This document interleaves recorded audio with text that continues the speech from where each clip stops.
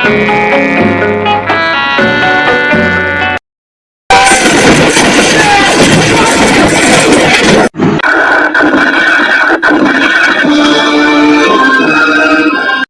জানেন কি, সিরাজউদ্দৌলার পতন শুরু হয়েছিল তার ক্ষমতায় আসার দিন থেকেই, আর সেই বিশ্বাসঘাতক ছিল তার সবচেয়ে কাছের মানুষেরা।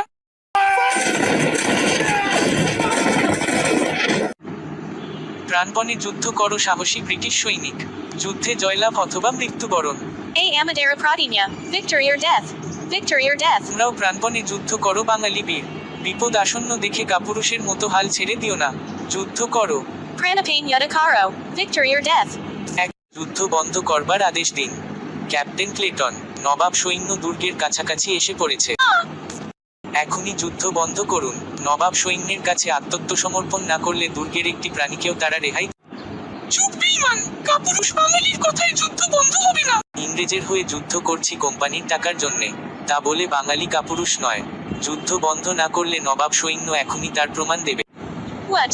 যত বড় মুখ নয় তত বড় কথা। অধিনায়ক এনসাইন পিকার্ডের পতন হয়েছে। পেরিন্স পয়েন্টের সমস্ত ছাউনি ছাড়খাড় করে দিয়ে ভারী ভারী কামান নিয়ে নবাব সৈন্য দুর্গের দিকে এগিয়ে আসছে। কি করে তারা এখানে আসবার রাস্তা খুঁজে পেল? উমিচাঁদের গুপ্তচর নবাব ছাউনিতে খবর পাঠিয়েছে।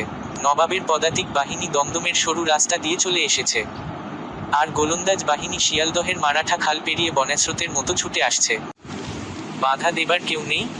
ক্যাপ্টেন মিনচিন দমদমের রাস্তাটা উড়িয়ে দিতে পারেননি। ক্যাপ্টেন মিনচিন, কাউন্সিলর ফকল্যান্ড আর ম্যানিংহাম নৌকোয় করে দুর্গ থেকে পালিয়ে গেছেন। কাপুরুষ, বেঈমান, জ্বলন্ত আগুনের মুখে বন্ধুদের ফেলে পালিয়ে যায়। চালাও, গুলি চালাও, নবাব সৈন্যদের দেখিয়ে দাও যে বিপদের মুখে ইংল্যান্ডের বীর সন্তান কতখানি দুর্জয় হয়ে ওঠে। এখন গুলি চালিয়ে বিশেষ ফল হবে কি, ক্যাপ্টেন ক্লেটন? যুদ্ধ করতে করতে প্রাণ দেওয়া ছাড়া আর উপায় কি, সার্জন হলওয়েল? আমার মনে হয় গভর্নর রজার গ্রেগের সঙ্গে একবার পরামর্শ করে গোপালের কাছে আত্মসমর্পণ করাই এখন যুক্তিসঙ্গত। তাতে কি নবাবের অত্যাচারের হাত থেকে আমরা রেহাই পাবো ভেবেছেন? তবু কিছুটা আশা থাকবে, কিন্তু যুদ্ধ করে টিকে থাকবার কোনো আশা নেই। গোলাগুলি যা আছে তা দিয়ে আজ সন্ধে পর্যন্ত যুদ্ধ করা যাবে না। ডাচদের কাছে, ফরাসিদের কাছে, সবার কাছে আমরা সাহায্য চেয়েছিলাম, কিন্তু সৈন্য দুপুরের কথা এক ছটাক বারুদ পাঠিয়ে কেউ আমাদের সাহায্য করলো না।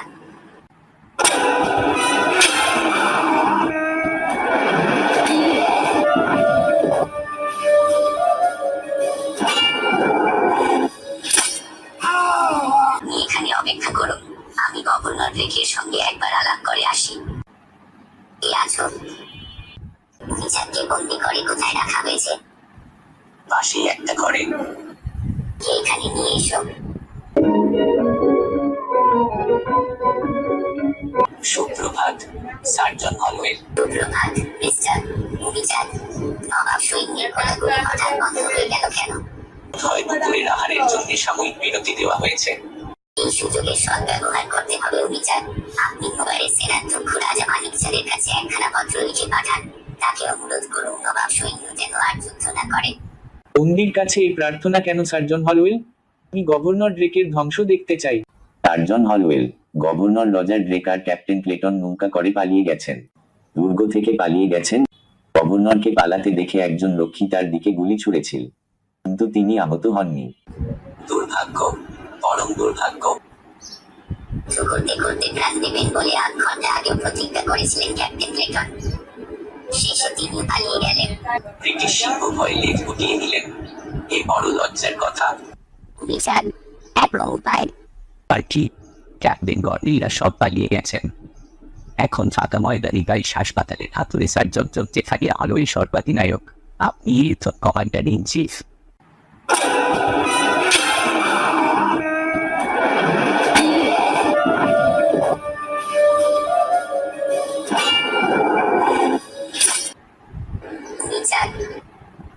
মানিকচাঁদের কাছে চিঠি পাঠাচ্ছি, আপনি দুর্গ প্রাকারে সাদা নিশান উড়িয়ে দিন।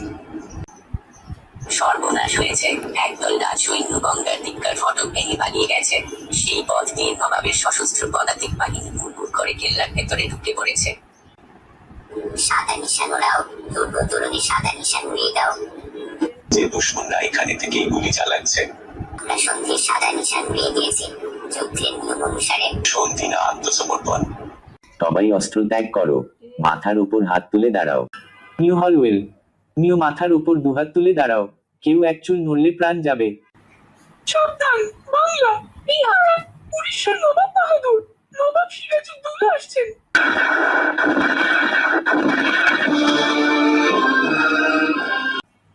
কোম্পানির ঘুষখোর ডাক্তার রাতারাতি সেনাধ্যক্ষ হয়ে বসেছ, তোমার কৃতকার্যের উপযুক্ত প্রতিফল নেবার জন্য তৈরি হও হলওয়েল।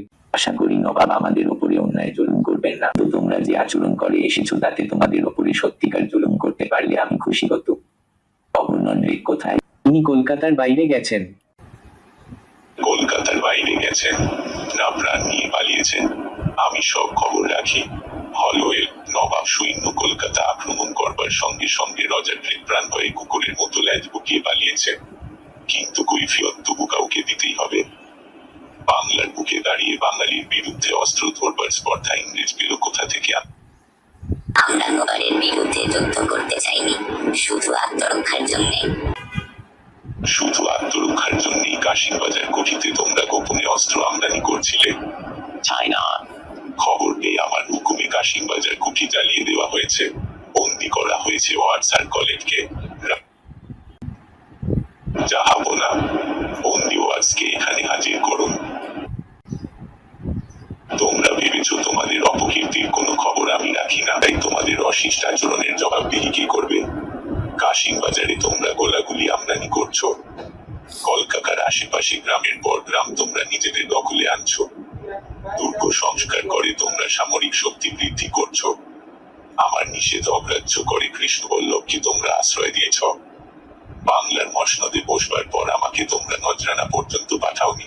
আমরা আপনার অভিযোগের কথা কাউন্সিলের কাছে পেশ করব। আমাদের ধৃষ্টতার জবাবদিহি না হওয়া পর্যন্ত বাংলাদেশে তোমাদের বাণিজ্য করবার অধিকার আমি প্রত্যাহার করছি। কিন্তু বাংলাদেশে বাণিজ্য করবার অনুমতি দিল্লির বাদশাহ আমাদের দিয়েছেন। বাদশাকে তোমরা ঘুষের টাকায় বশীভূত করেছ, তিনি তোমাদের অনাচার দেখতে আসেন না। তোর এক্সিলেন্সি নবাব আলীবর্দী আমাদের বাণিজ্য করবার অনুমতি দিয়েছেন, আর আমাকে তিনি যে অনুমতি দান করে গেছেন তা তোমাদের অজানা থাকবার কথা নয়। সে খবর অ্যাডমিরাল ওয়াটসন কিলপ্যাট্রিক তাই সকলেরই জানা আছে। মাদ্রাজে বসে ক্লাইভ লন্ডনের সিক্রেট কমিটির সঙ্গে যে পত্রালাপ করে তা আমার জানা নেই ভেবেছ? আমি সব জানি, তবু তোমাদের অবাধ বাণিজ্যে এই পর্যন্ত কোনো বিঘ্ন ঘটায়নি। কিন্তু সদ্ব্যবহার তো দূরের কথা, তোমাদের জন্য করুণা প্রকাশ করা অন্যায়। ইউর এক্সিলেন্সি আমাদের সম্বন্ধে ভুল খবর শুনেছেন। আমরা এই দেশে বাণিজ্য করতে এসেছি। We have come to earn money and not to get into politics. রাজনীতি আমরা কেন? তোমরা বাণিজ্য করো, তোমরা করো লুট, আর তাতে বাধা দিতে গেলেই তোমরা শাসন ব্যবস্থায় অলট আনতে চাও।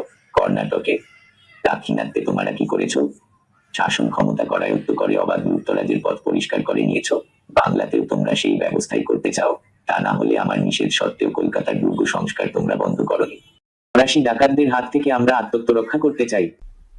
ফরাসিরা ডাকাত আর ইংরেজরা অতিশয় সচেতন ব্যক্তি। আমরা অশান্তি চাই না, ইউর এক্সিলেন্সি। চাও কি না চাও সে বিচার করে হবে রায়। গভর্নর রিকের বাড়িটা কামানের গোলায় বই নিশ্চিহ্ন করে দে।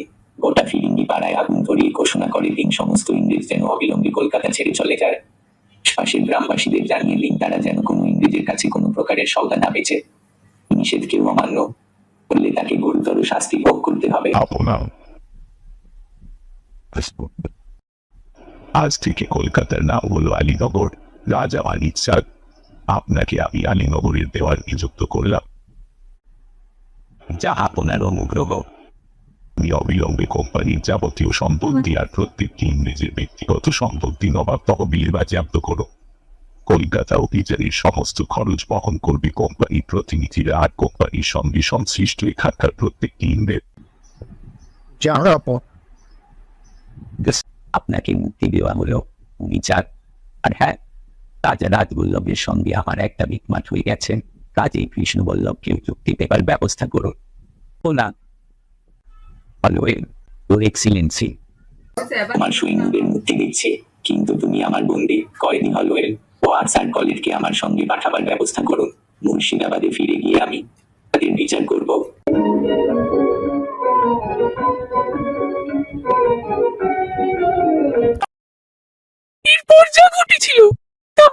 ইতিহাস বদলে দেয়।